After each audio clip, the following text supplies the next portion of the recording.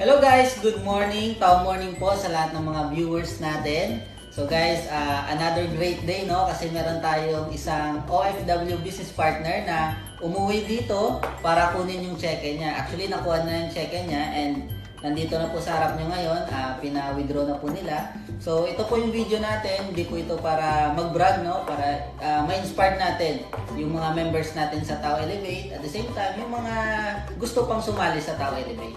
Okay, so guys, I introduce partner Maria Glenn. Yan. Partner, pakilala ka naman sa mga viewers natin. So, ayun po, ako po si Maria Glenna Bernas. Isa po akong OFW from Saudi. Naimbitahan po ako ni Kimberly Cabatosora. Siya po yung sponsor ko na sumali dito. So, yun po, pinag-aralan ko naman yung mga nakita ko at tinuruan niya kami kung paano gawin yung ganitong negosyo. So, nag-attend po ako ng mga training, sinunod ko yung mga tinuturo ni Upline, tapos yun po, ang unang tinuro nila sa amin yung 5 fingers din po, nag-prospecting ako, tapos yun po na sa ngayon nakapag-claim na po ako ng money ng within 2 months po.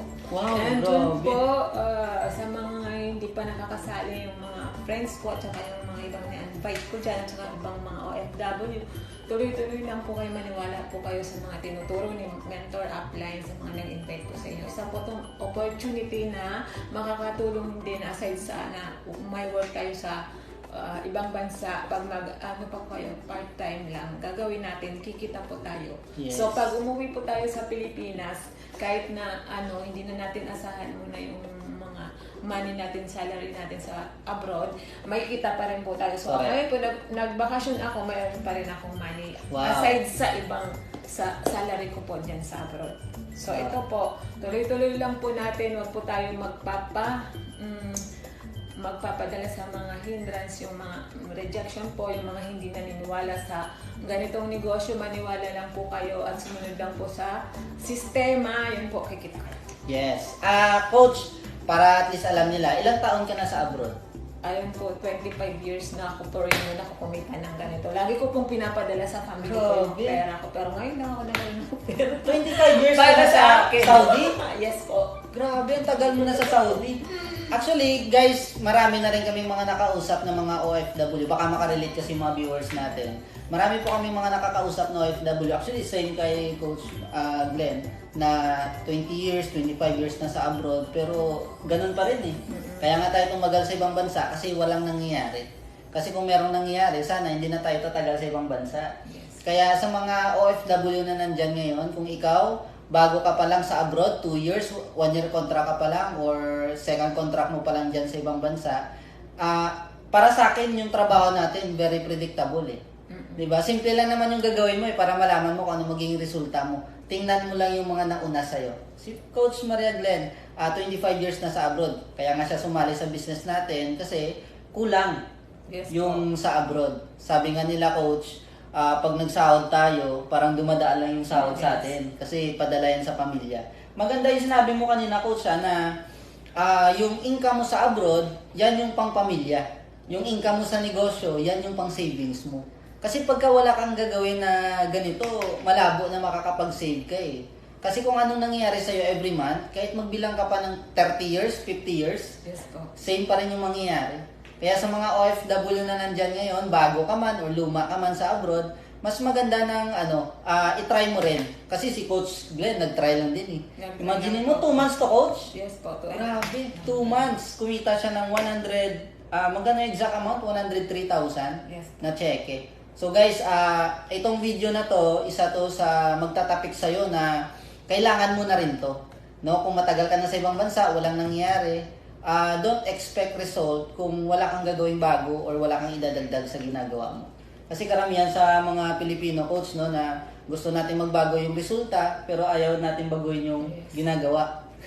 So kailangan natin, guys, baguhin yung ginagawa natin. So itong Coach, Mag-try po tayo ng bagong opportunity. yes, tama. Kasi si Coach Glenn, no, actually hindi lang naman to first time na na-introduce sa'yo, Coach, no? Siguro ngayon pa lang nag-try kasi napansin mo parang matagal ka na sa ibang bansa, walang nangyayari. Kaya, guys, yung pagiging OFW, dinadaanan lang po yan. Hindi po yan tinatambayan. Kasi mas masarap pa rin na kumikita ka na kasama mo yung family mo, nandito ka lang sa Pilipinas, may enjoy mo talaga yung buhay. Kasi sa totoo lang, marami namang opportunity sa Pilipinas na pwedeng makatulong sa'yo. Ang kailangan mo lang gawin, i-open mo yung mind mo, kasi sabi nga nila, walang magandang opportunity sa taong close-minded. Yes. Tama ba, Coach? Open-minded lang po tayo. Yes, maging open-minded lang po tayo. And Coach, message mo naman sa mga hindi pa member.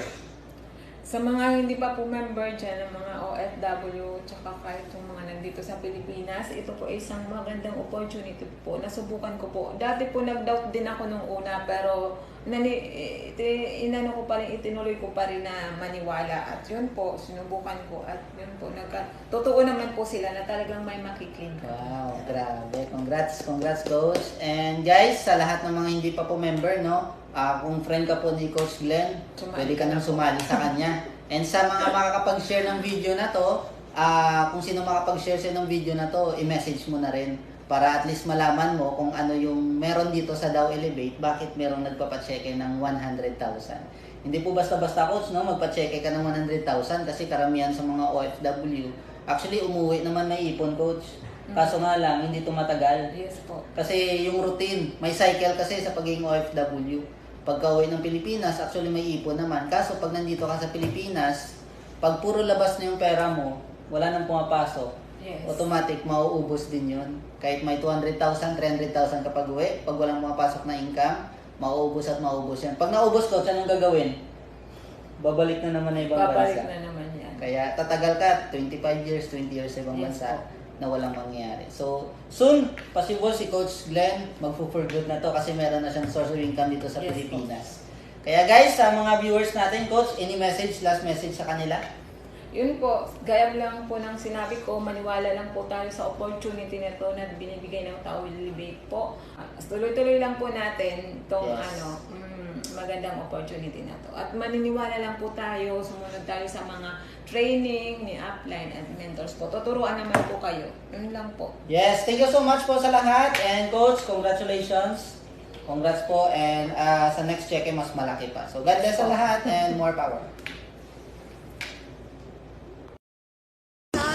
No. Listen, y'all. These kids want to act up in school, want to go to school and embarrass you, want to make like they ain't got no home training. So I told my son, don't go to school embarrass me no more. I take care of you, son. I give you anything you want. I discipline you. But you're going to embarrass me like this? No, so now I'm going to cut his hair, send him to school with a bald head.